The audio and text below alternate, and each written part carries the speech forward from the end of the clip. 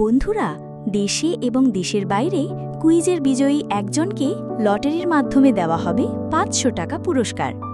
এই পর্বের প্রশ্ন, এই ভিডিওতে বনের মধ্যে কয়টি কুকুর একত্রে দেখানো হয়েছে? কুইজে অংশগ্রহণ করতে সাবস্ক্রাইব করুন, লাইক করুন এবং সুন্দর একটি কমেন্টের সাথে উত্তর লিখুন। বিজয়ীর নাম পরবর্তী শনিবার ভিডিওতে ঘোষণা করা হবে।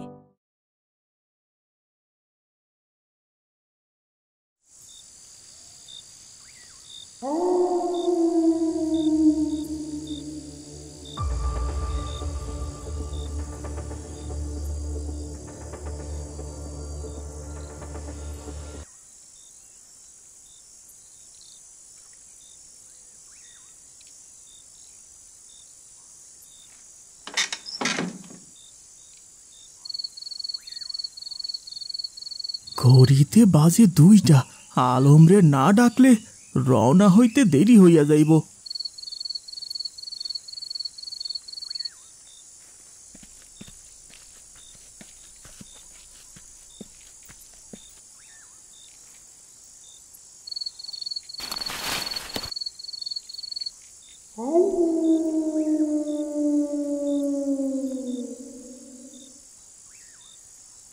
এই রাতে কেউ বাহিরে থাকলে মনে হয় ভূতেই ডাকবো।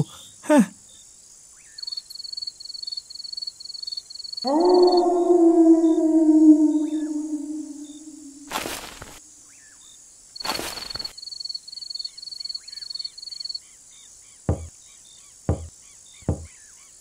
আলম, ও আলম, উঠছোস না? বাইর, দেরি হইতাছে। এই কে রে, এত রাতে ডাকলি কেন? তোরে না নিলে মনের ভেতর খালি কেমন কেমন লাগে রে, ভূতের ভয়।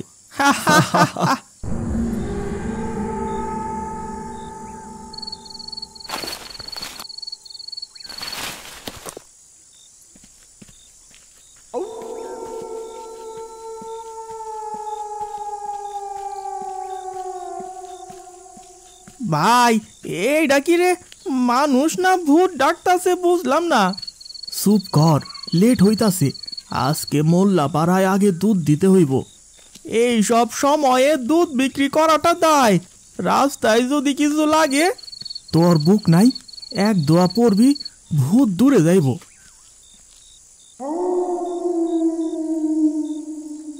ভ্যানটা স্টার্ট হইব তো? গত রাতে তো চাকা খুইলা গেছিল।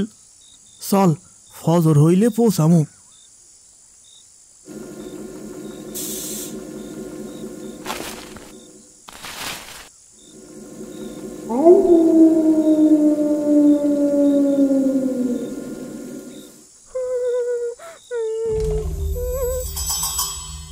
তুই শুনলি? শিয়াল, শিয়াল না কিছুর কান্না? ভুল শুনছিস, দোয়া পর, মন শান্ত হইব।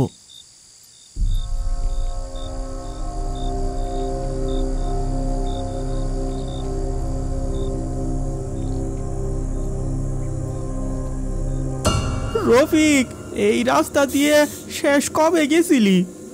গত সপ্তাহে গেছি রে, তখন ওই রকম কুয়াশা আসিল, কিচ্ছু হয় নাই। চুপ। মনে হইতাছে গাছগুলা যেন তাকাইয়া আছে আমাদের দিকে। দেখ, ওই বাঁশঝাড়টা কেমন অদ্ভুত ভাবে নড়তাছে।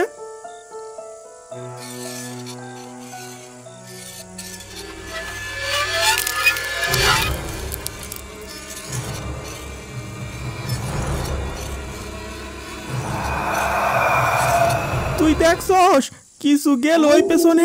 কালা কিছু, অনেক বড়। এইসব ধ্যান ধারণা করলি মাথায় ভূত চড়ে বসে। এই তো সেই জায়গা। লোকজন কয় এইখানে আগেও নাকি ছায়া দেখা গেছে। আমাগো গ্রামে ছায়া মানেই ভূত, কিন্তু আজ দেখমু আসলে কিছু আছে কিনা। ওইটা ওইটা কি রে? ওইটা মানুষ না, না ভূত, না অন্য কিছু? বাপরে! আস্তে চালা, দেখতে হবে ওটা কি।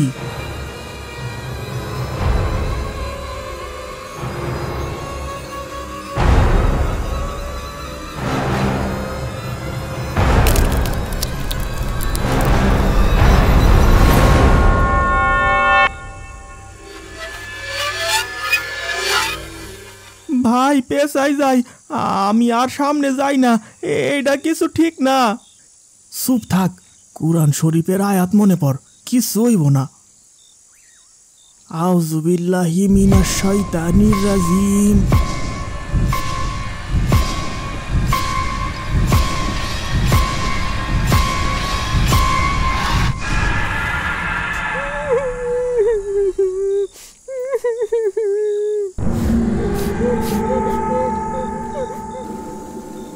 এইটা মানুষ হইতেই পারে না রে, তোরে কইছিলাম।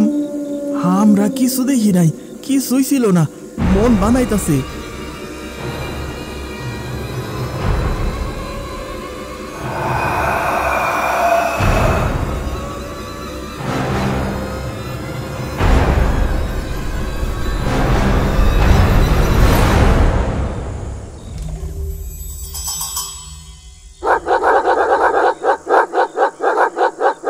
ভাই ভাই সামনে কুকুর, কতগুলা রে। এই কুত্তাগুলা আগেও দেখছিলাম, কিন্তু এই রকম ভয়ঙ্কর হইছিল না। ওরা তাকায় আছে রে, যেন আমরা কিছু নিয়ে যাচ্ছি ওদের এলাকায়। ওরা দৌড় দিব। রফিক রফিক পেছনে চালা, পেছনে না, সামনে চাইলে চলে যাব, থামলে ওরা আরো খেপা যাইব। ওইটা কামড়াইতে চাই ভাই, তুই দোয়া পড়। আলহামদুলিল্লাহি রাব্বিল আলামিন আর রহমানির রহিম মালিক ইয়াউমিদ্দিন ইয়াকা না'বুদু ওয়া ইয়াকা নাস্তাইন।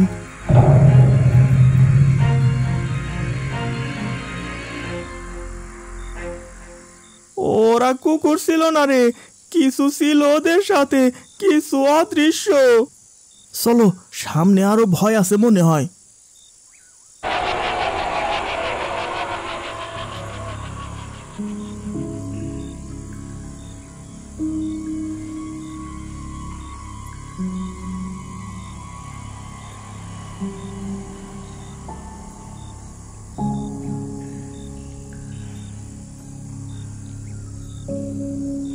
এইটা তো সেই জায়গা যেখানে মজিদ কাকা বলছিল একবার রাইতে সাদা শাড়ি পরা মাইয়া দেখছিল। এই জায়গাটা আমি দুইবার দিনের বেলাও এড়াইয়া চলি রে।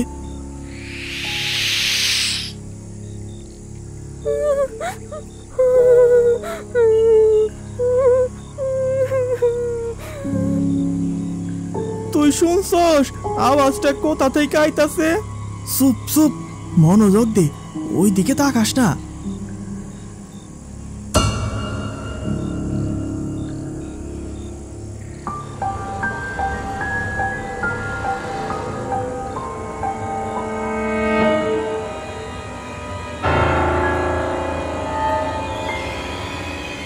চল চল, আমি কিছুই দেখি নাই, আমি সামনে তাকাই না।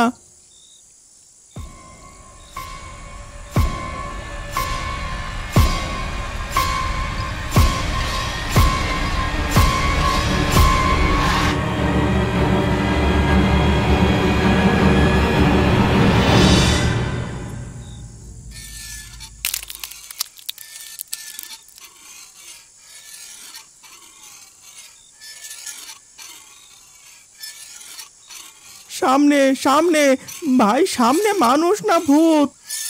আউযু বিল্লাহি মিনাশ শাইতানির রাজিম, লা ইলাহা ইল্লাল্লাহ।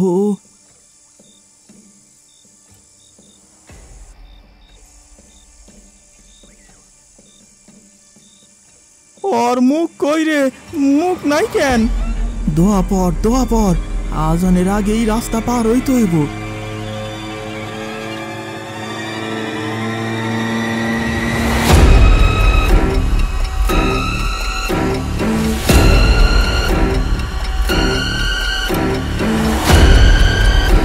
আমাগো সামনে কবর, পেছনে অশরীরী, কই যামু?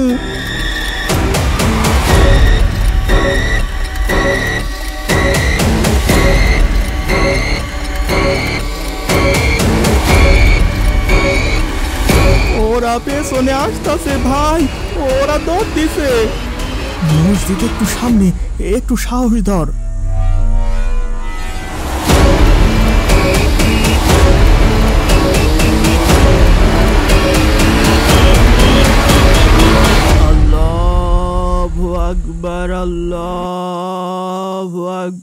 আকবার।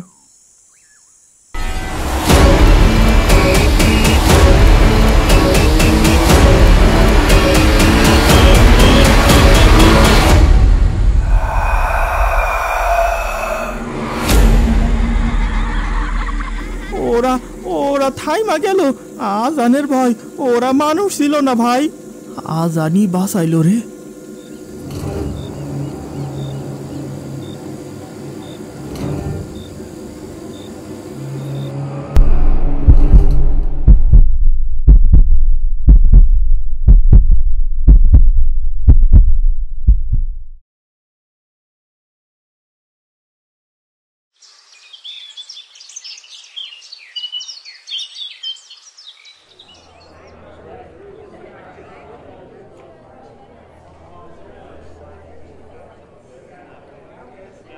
কি গো ছেলেরা, কোথা থেকে এসেছো তোমরা?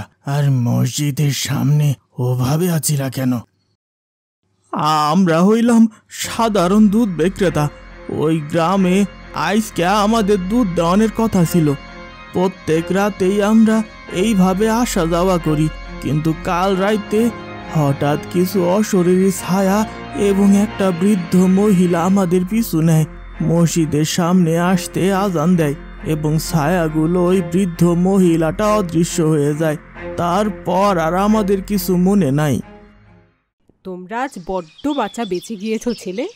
এই গ্রামে অত রাতে কে আসে, তাও আবার এই কবরস্থানের রাস্তা দিয়ে? তা যা বলেছ, আসলে হয়তোবা আজানের জন্যই তারা বেঁচে গিয়েছে। আর তাদের সাথে লোহার ভ্যান গাড়ি থাকায় তাদের কিছু করতে পারেনি ওই অশরীরী। কি আছে ওই কবরস্থানে? 10 বছর আগে আমার স্ত্রী রহিমা মারা যায়। সেদিন ছিল অমাবস্যার রাত। অমাবস্যার তৃপ্তি পেয়ে সে মারা যায়। তাকে কবর দেওয়া হয়, কিন্তু তারপর থেকে শুরু হয় তার অত্যাচার। অমাবস্যার তৃপ্তি পেয়ে মরে সে এখন হয়েছে এক অতৃপ্ত আত্মা। তার ভয়ে এখন ওই রাস্তা দিয়ে রাতে কেউ হাঁটা চলা করে না। আপনি ভেঙে পড়বেন না চাচা, যা হওয়ার হয়েছে। আর এই যে তোমরা দুজন দিন থাকতে দুধগুলি বিক্রি করে বাড়ি চলে যাও।